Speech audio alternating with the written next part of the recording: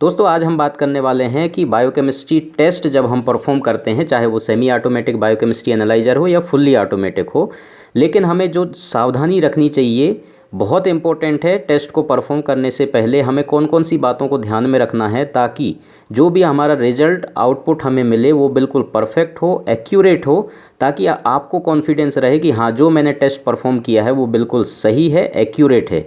तो इसको अगर करना है, ये बात हमारे जीवन में लागू होना है, तो उसके लिए सबसे पहले चीज़ है कि हमें बहुत छोटी छोटी बातें हैं जिनको हमें ध्यान में रखना है, जो मैं पूरे कंप्लीट वीडियो में आपको समझाने वाला हूं। और वीडियो मैं आपको पहले से ही बना के दे रहा हूं, टेस्ट कैसे परफॉर्म किया जाता है, क्या क्या प्रोग्रामिंग होती है, सारा चीज़ मैं आपको बता रहा हूं। लेकिन यहाँ पर जो मैं पॉइंट आपको समझाने वाला हूँ वो बहुत इंपॉर्टेंट है। तो सबसे पहला चीज़ यहाँ देखने को मिल रहा होगा आपको कि बायोकेमिस्ट्री एनालाइज़र का नॉलेज का होना। तो जो भी कंपनी का, चाहे किसी भी कंपनी का एनालाइज़र आपके पास है, उस एनालाइज़र के बारे में कंप्लीट ज़रूर पढ़िए। चाहे वो नेट से डाउनलोड करके उसका बुक उसके साथ ही आता है वो आप पढ़िएगा, और अगर नहीं मिलता है तो जो इंजीनियर आता है उससे आप सीखिए, समझिए कि वो बायोकेमिस्ट्री एनालाइज़र के अंदर कौन कौन से फंक्शन हैं, क्या क्या उसमें ऑपरेटिंग सिस्टम है। तो सिंपल है, जैसे आप मोबाइल ख़रीदते हैं और चलाने से पहले मोबाइल के बारे में सारे फंक्शन को समझते हैं, कहाँ जाने से क्या होता है, क्या सिस्टम है इसके अंदर, तो उसी तरीके से आपका एनालाइज़र है कि एनालाइज़र में पूरा मेनू दिया हुआ है, उस मेनू के अंदर कौन कौन से फंक्शन दिए हैं, उसमें जाने से क्या होता है, तो सारी चीज़ों का जानना बहुत ज़रूरी है।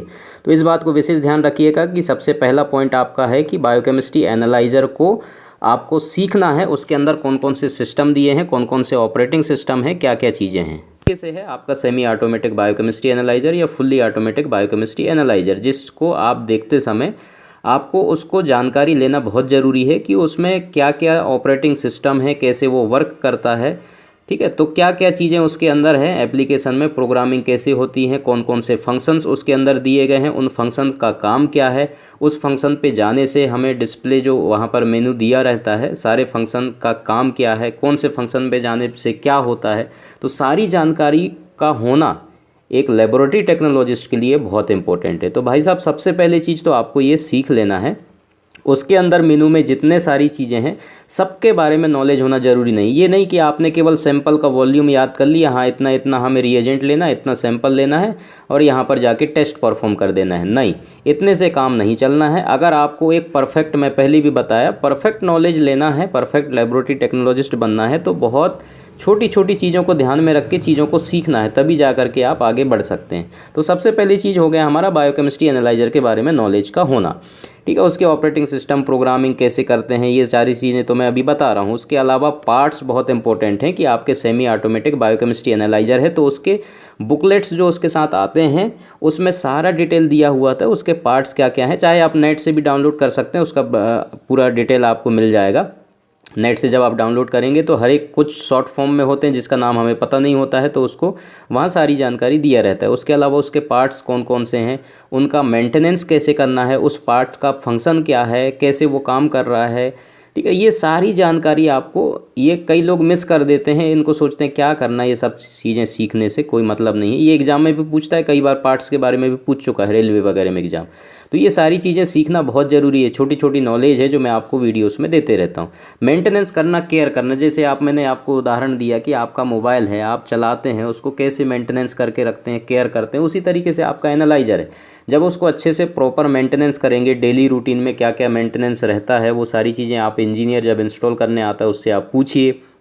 ठीक है, इस भाई साहब इसमें मेंटेनेंस क्या क्या लगता है, डेली क्या मेंटेनेंस करना है, मंथली क्या मेंटेनेंस करना है, उसको केयर कैसे करना है, कौन कौन सी चीज़ों से बचाना है, ये सारी चीज़ें आपको जानना बहुत ज़रूरी है। तभी, क्योंकि आप उसके द्वारा आपको आउटपुट लेना है। ठीक है, जो आपके पास मशीन है, एनालाइज़र है, उसके द्वारा आउटपुट आपको चाहिए है और परफेक्ट आउटपुट चाहिए है, तो सबसे पहला चीज़ आपका सिस्टम बहुत अच्छा होना चाहिए, वेल मेंटेन होना चाहिए, तभी जा करके आप उससे अच्छा रिजल्ट निकलवा सकते हैं। तो ये सारी चीज़ें आपको, बेसिक चीज़ें मैंने आपको बता दिया। अब हम सेकंड पॉइंट पे आते हैं, टेस्ट का नॉलेज होना।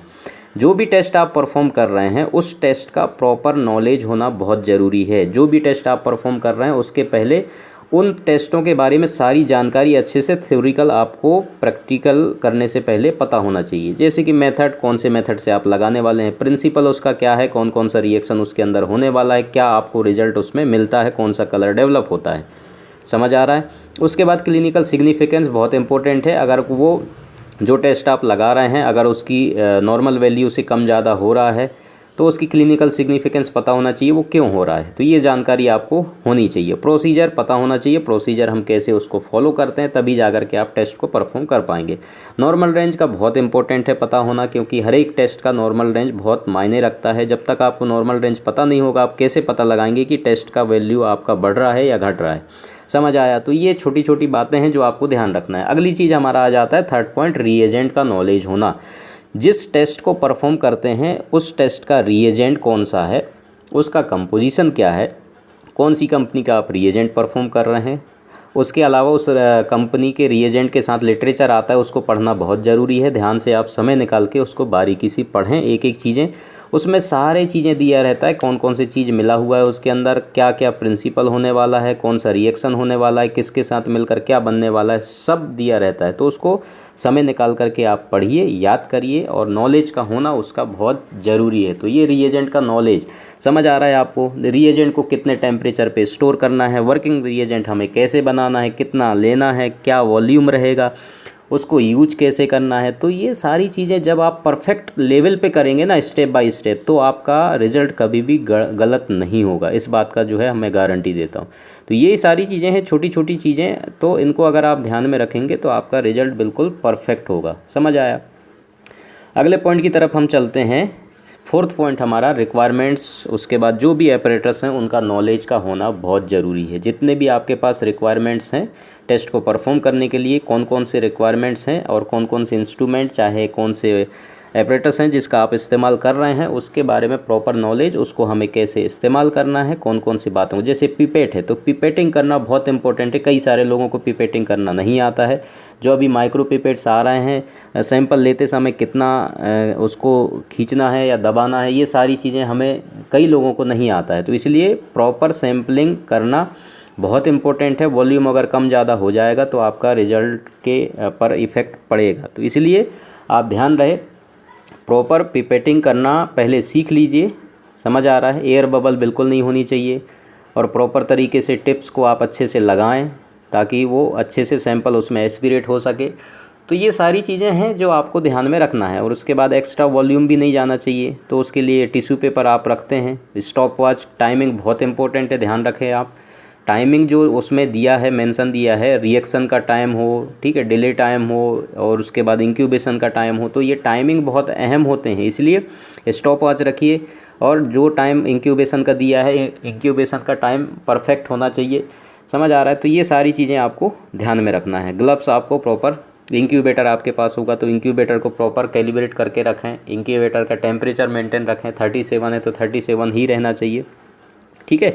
तो ये छोटी छोटी चीज़ें हैं जो आपको ध्यान रखना है। अगला चीज़ हमारा सैंपल का नॉलेज होना। अब सैंपल कई बार गड़बड़ हो जाता है, कई लोग हीमोलाइज में लगा देते हैं तो रिजल्ट पूरा गड़बड़ हो जाता है। तो वो ध्यान रखें, हीमोलाइज सैंपल नहीं होनी चाहिए। और सीरम और प्लाज्मा से आप टेस्ट परफॉर्म करते हैं। उसके अलावा यूरिन से कैसे टेस्ट परफॉर्म किया जाता है वो भी आप सीखिए। डाइल्यूशन, अगर कम सैंपल है तो कैसे डाइल्यूशन लगा करके हम मल्टीप्लाई करके टेस्ट का रिजल्ट देते हैं, वो भी आप सीखिए, बहुत ज़रूरी है। समझ आया? उसके बाद पेशेंट की हिस्ट्री अगर आपको मिल जाता है तो और अच्छी बात है। उससे आपको आइडिया लग जाएगा कि पेशेंट की हिस्ट्री आपको पता है तो उसका टेस्ट का कौन सा वॉल्यूम बढ़ सकता है, कौन कौन से टेस्ट का रेंज आपको बढ़ा हुआ दिख सकता है। तो ये सारी चीज़ें आपको मालूम चल सकता है, अगर मिल जाए तो और अच्छी बात है। उसके अलावा सैम्पलिंग मैंने बता दिया, प्रॉपर सैम्पलिंग होनी चाहिए। जो भी आप सैंपल ले रहे हैं वो प्रॉपर होना चाहिए। क्लॉटेड सैंपल भी अगर आप उसमें एस्पिरेट करा देते हैं तो उसमें भी रिपोर्टिंग गलत आ जाती है। बाकी चीज़ें मैंने आपको बता दिया। टेम्परेचर, टाइम, वॉल्यूम बहुत इंपॉर्टेंट मायने रखता है। अब सबसे लास्ट में जो इम्पोर्टेंट चीज़ है, जो 8th पॉइंट यहाँ पर दिया गया है, मैंने मेंशन किया हुआ है, वो है कैलिब्रेटिंग, कंट्रोल और इलेक्ट्रिसिटी। जो भी आपका एनालाइज़र होता है, जो लैब चला रहे हैं, तो इलेक्ट्रिसिटी इम्पोर्टेंट है। अगर कोई लाइट चली जाती है तो मशीन ऑटोमेटिक बंद हो जाता है, तो उससे भी फ्लक्चुएट होता है, तो आपके एनालाइज़र पे इफ़ेक्ट पड़ सकता है। लेकिन टेस्ट को परफॉर्म करने से सारा डिपेंड करता है जो आपने प्रोग्रामिंग किया है। मैं अभी सिखा रहा हूँ, प्रोग्रामिंग करना, कैलिब्रेटिंग करना बहुत इम्पोर्टेंट है, ध्यान रखिएगा। कैलिब्रेटिंग पर ही आपका टेस्ट का रिजल्ट डिपेंड करता है। अगर आपने सही तरीके से स्टैंडर्ड या कैलिब्रेट किया है आपके एनालाइज़र को, और उससे जो फैक्टर जनरेट हुआ है, वही चीज़ है जो आपका टेस्ट सही हो रहा है या नहीं हो रहा है, सारा अब यहाँ पर आपका डिपेंड करता है कैलिब्रेटिंग पर। समझ आया? तो इस बात को आपको विशेष ध्यान रखना है, सही तरीके से अच्छे से आपको कैलिब्रेट करना है, हर एक टेस्ट का स्टैंडर्ड लगाना है। अगर आप सेमी ऑटोमेटिक एनालाइज़र पे लगा रहे हैं तो उसी के अकॉर्डिंग आपका फैक्टर जनरेट होगा।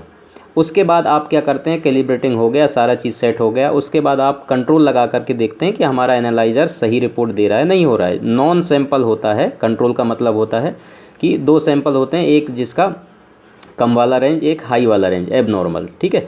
तो दोनों कंट्रोल आप लगा के देखते हैं और उसमें चेक करते हैं कि जो वॉल्यूम कंट्रोल का हमारे पास ज्ञात है, आपको पता है, वही रीडिंग वहाँ पर दे रहा है या नहीं दे रहा है, ठीक है। उससे आप पता लगा लेते हैं कि हाँ, हमारा जो हमने कैलिब्रेट किया है और वो सही है, वो आप चेक कर लेते हैं कंट्रोल लगा करके, ठीक है। तो इतना बात आपको समझ में आया। तो ये छोटी छोटी चीज़ें हैं, कुछ चीज़ें अगर मिस हो गया हो तो आप कमेंट कर दीजिएगा। बाकी मैंने कोशिश किया है कम समय पे आपको जल्दी से जल्दी ये सारी चीज़ों को समझाने की, ताकि आपको जो भी टेस्ट आप परफॉर्म करेंगे बायोकेमिस्ट्री का, उनमें ये छोटी छोटी बातों का ध्यान रखेंगे। बाकी फुल्ली ऑटोमेटिक एनालाइज़र पे ज़्यादा वो नहीं रहता है, बस उसका मेंटेनेंस प्रॉपर होना चाहिए, उसका नॉलेज होना चाहिए। बाकी चीज़ें जो छोटी छोटी बातें हैं वो तो आपको पता है। तो ये चीज़ें हैं जो आपके टेस्ट रिज़ल्ट में इफ़ेक्ट कर सकते हैं, उन्हीं पॉइंट को मैंने कवर किया है, ताकि आपको आपका जो टेस्ट रिज़ल्ट है वो कहीं ना कहीं इफ़ेक्ट ना करे। इन छोटी छोटी मिस्टेक को आप कभी बाय चांस कर लिए तो उसके चक्कर में हो सकता है। तो आपको मैंने सारा कुछ समझा दिया है। बाकी कोई पॉइंट अगर छूट रहा है तो आप कमेंट कर दीजिए, बाकी लोगों का भी हेल्प हो जाएगा उससे।